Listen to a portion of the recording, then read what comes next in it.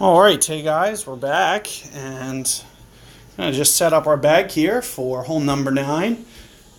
Maybe this time I'm going to, well, no, this isn't probably the best. You really need the top spin. I'm conflicted here. We'll just take the sniper, I guess. What's the Viper in terms of backspin? Still nothing. You can see my clubs are just too early on in their stages. They're not very good. But in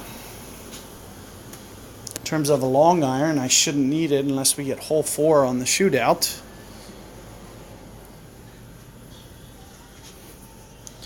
I feel like with putting sniper on, backbone is going to make things a little bit harder for me. But, maybe we can focus on getting this one. I believe I was using a katana last time. Let me switch to a Titan for this hole. More so about the second shot than anything, getting it in position where we need it, and in case we need it for that third shot. You can see the way that I played this hole last time is I put myself very much towards max club with the katana ball. And now that I've shown you a katana ball, I might as well show you a Titan. Just for a little bit different perspective. And since I don't use this hole for a katana for distance for curl purposes or side spin, having this little extra power could come in handy. Now keep in mind, 3.0 mile per hour wind. I'm going to almost put 3 rings in the fairway. You did see me mess this drive up in day 1 if you guys saw that revision. So to avoid that mistake on future revisions for you guys, you're going to see me just kind of skip this down here, pop this up in the fairway, and roll it forward, and just basically, set ourselves up for an easy, and having that little bit of extra distance. This is a replay, I would think. It just doesn't. Every time you see a text come in at, the beginning of their turn and not like basically exactly as soon as they get control of their club, it almost seems like it's probably a replay. That's what I usually use as kind of a telltale sign.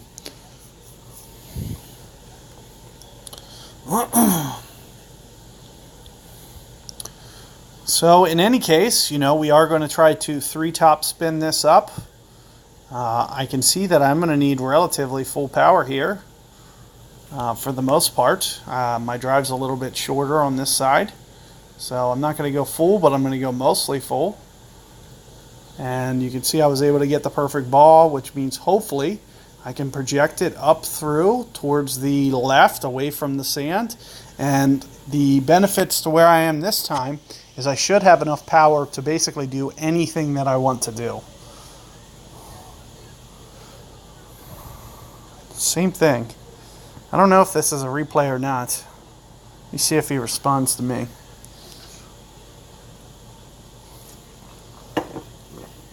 It's the same type of thing. Like the only time he responds is right at the beginning of his turn, which is usually a telltale sign. If the only time that you see emoji come through is right at the beginning when they're going to shoot, it could be a replay that you're watching.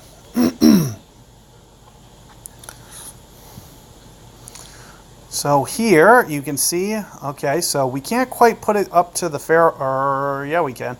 I just got it to where I can get the ball on the fringe here, so I can go for this shot if I'd like. Now keep in mind, if I do, it doesn't look like I have the backspin to do this, so I wouldn't recommend doing that. It doesn't look like I have the top spin to do that, so we're gonna have to do the same shot that you saw me do last time off the fringe here. Oh, jeez, I'm going to be pushing time again. So I'm going to take it off the fairway this time instead of the fringe. And 2 rings. No, 2 is too many. I'm going to do a ring and a half. I did have enough time that time. Let's see if I can't bump this into the fringe, get this to pop up in. Not quite. So if I would have made that, I would have, taken a lot of the pressure off my opponent here, as he would have been able to get it with easily with a birdie. Now, getting the birdie is a little bit tougher.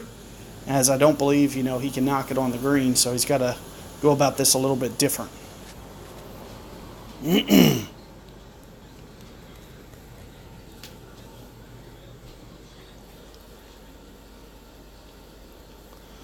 can see leaving it short in the rough accidentally. But at the very least, I gave you guys a good guide, at least something to go off of here with the Titan ball. Nice little bump shot with just a little bit of top spin off the fairway. Make sure that, second bounce hits the fairway, kind of like it shows on the guide. Those are the keys. And aside from that, I think you'll have, relatively good success doing that.